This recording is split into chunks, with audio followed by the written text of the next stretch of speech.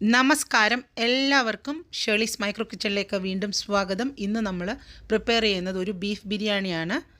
കല്യാണ ബിരിയാണിയുടെ സ്വാദൊന്ന് വേറെ തന്നെയാണ്. ഇന്ന് നമ്മൾ പ്രിപ്പയർ ചെയ്യുന്നത് കണ്ണൂർ സൈഡിലൊക്കെ കല്യാണങ്ങൾക്ക് വിളമ്പുന്ന ബീഫ് ബിരിയാണിയാണ്.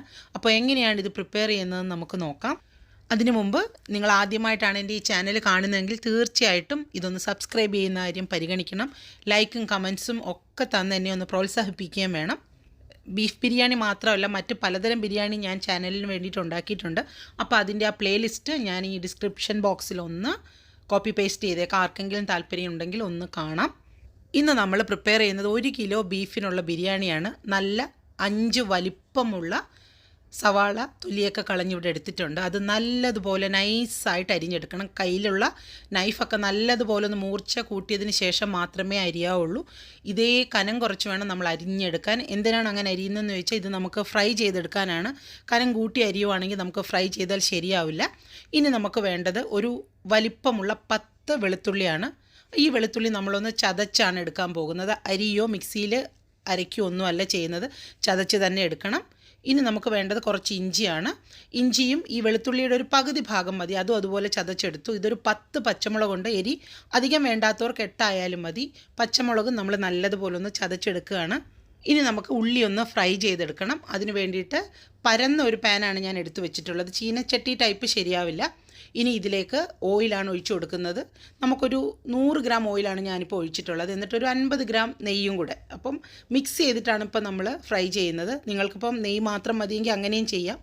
അപ്പം ഇതൊന്ന് ചൂടായി വന്നിട്ടുണ്ട്. അതിലേക്ക് നമ്മൾ ആദ്യം എന്താ ചെയ്യുന്നതെന്ന് വെച്ചാൽ, ഉള്ളി ഫ്രൈ ചെയ്യുന്നതിന് മുമ്പ് അണ്ടിപ്പരിപ്പും മുന്തിരി നമുക്ക് ഇതിൽ തന്നെ അങ്ങ് ഫ്രൈ ചെയ്തെടുക്കാം. അല്ലെങ്കിൽ പിന്നെ വേറൊരു പാത്രമൊക്കെ ചൂടാക്കി മെനക്കെടാൻ നമുക്ക് നിൽക്കേണ്ട. അതുകൊണ്ടാണ്.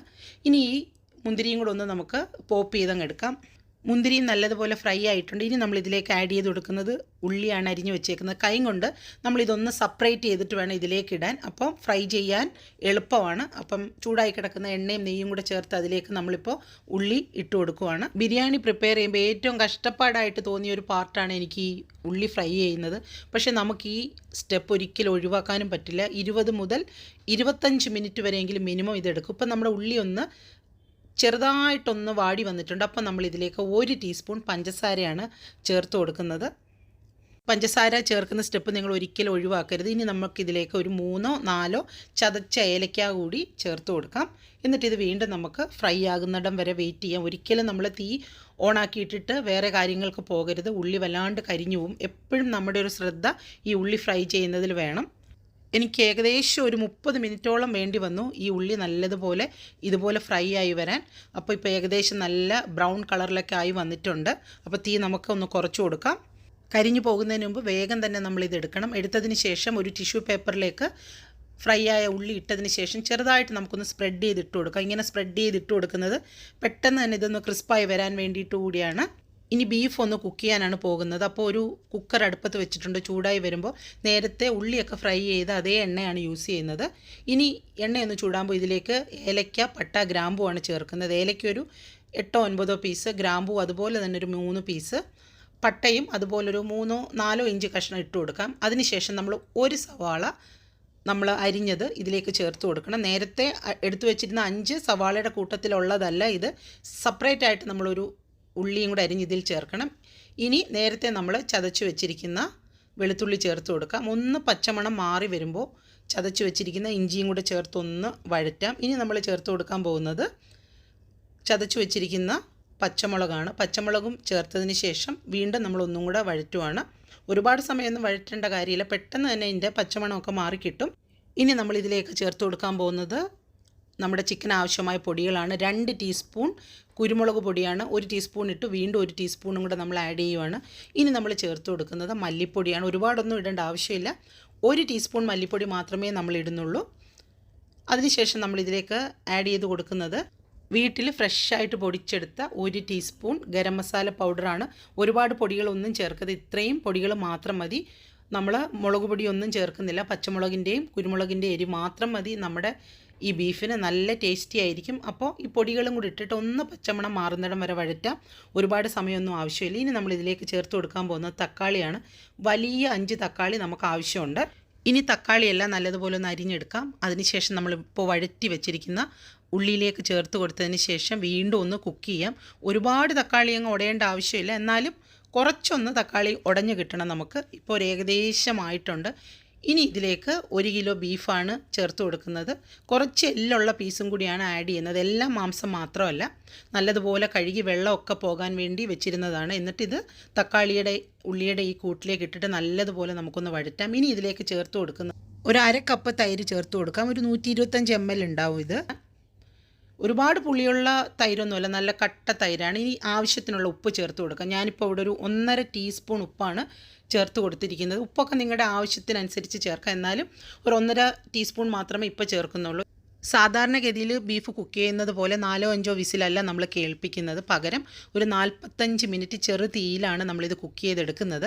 അപ്പോൾ ഒരു 1/4 കപ്പ് വെള്ളം മാത്രമേ ചേർത്ത് കൊടുത്തിട്ടുള്ളൂ. വെള്ളം എപ്പോഴും നമ്മുടെ ബീഫിൻ്റെ താഴെ തന്നെ നിൽക്കാൻ ശ്രദ്ധിക്കണം. ഇനി ഇതിലേക്ക് 1 പിടി പുതിനയില ചേർത്ത് കൊടുക്കാം. അതിനുശേഷം ഇനി നമ്മൾ ചേർത്ത് കൊടുക്കുന്നത് 1 പിടി മല്ലിയില കൂടിയാണ്. ഇതെല്ലാം കൂടി നല്ലതുപോലെ മിക്സ് ചെയ്തതിന് ശേഷം നമ്മൾ കുക്കർ അടച്ചൊന്ന് കുക്ക് ചെയ്യാനാണ് പോകുന്നത്. ആദ്യത്തെ 1 മിനിറ്റ് അല്ലെങ്കിൽ 2 മിനിറ്റ് ഒന്ന് ഹൈ ഫ്ലെയിമിൽ വെക്കാം. അതിനുശേഷം തീ കുറച്ച് ഏറ്റവും ലോയിൽ ഇട്ടതിന് ശേഷം ഒരു 45 മിനിറ്റ് നമുക്കിത് കുക്ക് ചെയ്തെടുക്കണം. ബീഫ് കുക്കായി വരുന്ന സമയം കൊണ്ട് തന്നെ നമുക്ക് ചോറും പ്രിപ്പയർ ചെയ്തെടുക്കാം. ഒരു പാൻ അടുപ്പത്ത് വെച്ചൊന്ന് ചൂടായി വരുമ്പോൾ അതിലേക്ക് 1 ടേബിൾ സ്പൂൺ നെയ്യ് നമുക്ക് ചേർത്ത് കൊടുക്കാം. ഇനി അതിലേക്ക് ആഡ് ചെയ്ത് കൊടുക്കുന്നത് ഒരു 4-5 ഏലക്കയാണ്. അതിനുശേഷം ഗ്രാമ്പു ഒരു ചെറുതാണെങ്കിൽ ഒരു 4-5 പീസ് ചേർക്കാം. പട്ട ഒരു 3-4 പീസ് ചേർത്ത് കൊടുത്തതിന് ശേഷം നിങ്ങളുടെ കയ്യിൽ ഈ വയണയില ഉണ്ടെങ്കിൽ ഒരു 2 പീസ് ചേർക്കാം. അപ്പോൾ ഇത് നല്ലതുപോലെ വഴന്ന് വന്നിട്ടുണ്ട്. ഇതിലേക്ക് നമുക്ക് അരി ചേർത്ത് കൊടുക്കണം. ഞാനിന്നിവിടെ ജീരകശാല അരിയാണ് എടുത്തിട്ടുള്ളത്. നല്ലതുപോലെ ഒന്ന് കഴുകി കുതിർത്തൊന്നും വെച്ചില്ല, വെള്ളം പോകാൻ വേണ്ടി ഒന്ന് മാറ്റി വെച്ചിരുന്നതാണ്. 1 മിനിറ്റ് നമ്മൾ ഇതിലേക്ക് ഇട്ടിട്ടൊന്ന് ഫ്രൈ ചെയ്യാനാണ് പോകുന്നത്. 1 മിനിറ്റിൽ കൂടുതൽ ഫ്രൈ ചെയ്യരുത്, കാരണം അരിയുടെ കളർ അങ്ങ് മാറിപ്പോകും. 1 ഗ്ലാസ് അരിക്ക് 1.5 ഗ്ലാസ് വെള്ളം എന്ന കണക്കിനാണ് ഇപ്പോൾ എടുത്തിട്ടുള്ളത്. ഇനി ഇതിലേക്ക് നമ്മൾ ചേർത്ത് കൊടുക്കുന്നത് 1 ടേബിൾ സ്പൂൺ നാരങ്ങ നീരാണ്. ആവശ്യത്തിന് ഉപ്പും. ഇപ്പോൾ ഞാൻ അരി എടുത്തിട്ടുള്ളത് ഒരു 750 ഗ്രാമാണ്. 1 കിലോ ബീഫിന് 750 ഗ്രാം.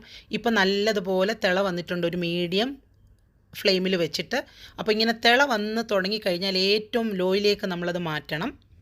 ലോ ഫ്ലെയിമിൽ ഒരു 15 മിനിറ്റാണ് കുക്ക് ചെയ്യാൻ പോകുന്നത്. ഞാനൊരു കിച്ചൺ ടവൽ വെച്ചൊന്ന് അടച്ചിട്ടുണ്ട് ആവി പോവാതിരിക്കാൻ വേണ്ടിയിട്ട്. അപ്പോൾ നമ്മുടെ ബീഫ് ഇതിൻ്റെ ഇടയ്ക്ക് ഇപ്പോൾ കുക്കായി വന്നിട്ടുണ്ട്. നിങ്ങൾക്കിപ്പോൾ കാണാം അധികം വെള്ളമൊന്നുമില്ല, വളരെ കുറച്ചേ ഉള്ളൂ. വേണമെങ്കിൽ നമുക്കൊന്ന് ഇതൊന്ന് വറ്റിച്ചെടുക്കാം. ഞാനിത് വറ്റിച്ചെടുക്കുന്നില്ല, കാരണം ഇത് പാകത്തിനാണ് എനിക്കുള്ളത്. അഥവാ നിങ്ങൾ കുക്ക് ചെയ്യുമ്പോൾ ഒരുപാട് വെള്ളം വന്നാൽ നിങ്ങളതൊന്ന് വറ്റിച്ചെടുത്താൽ മതി. ഇനി ഇതിലേക്ക് ഫ്രൈ ചെയ്ത് വെച്ചിരിക്കുന്ന ഉള്ളിയും കൂടെ ചേർത്ത് കൊടുക്കാം. അതിനുശേഷം നല്ലതുപോലെ ഒന്ന് മിക്സ് ചെയ്യുക. ഒരു 1-2 മിനിറ്റ് മാത്രം ഒന്ന് കുക്കായാൽ മതി. ഉള്ളിയൊക്കെ നമ്മുടെ ബീഫുമായിട്ടൊന്ന് പിടിച്ച് നല്ല പോലെയാണ് ഇപ്പോൾ ഇവിടെ ഇരിക്കുന്നത്. അതൊന്ന് മാറ്റി വെക്കാം. ഈ സമയം കൊണ്ട് റൈസും റെഡി ആയിട്ടുണ്ട്. 15 മിനിറ്റ് ഞാൻ കുക്ക് ചെയ്തതിന് ശേഷം ഒരു 10 മിനിറ്റ് അനക്കാതെ വെച്ചു. ഇപ്പോൾ അതും കറക്റ്റായിട്ട് വന്നിട്ടുണ്ട്. ഇനി ബിരിയാണി ഒന്ന് ദം ചെയ്തെടുക്കാനാണ് പോകുന്നത്. ഒരു പാൻ ഞാനൊരു പഴയ ദോശക്കല്ലിൻ്റെ മുകളിലേക്ക് എടുത്ത് വെച്ചിട്ടുണ്ട് ദം ചെയ്യുന്നതിന് വേണ്ടിയിട്ട്. ഇനി നമുക്ക് ആ പാത്രത്തിലേക്ക് ആദ്യം കുക്ക് ചെയ്ത് വെച്ചിരിക്കുന്ന ബീഫ് മസാലയാണ് ഇട്ട് കൊടുക്കുന്നത്.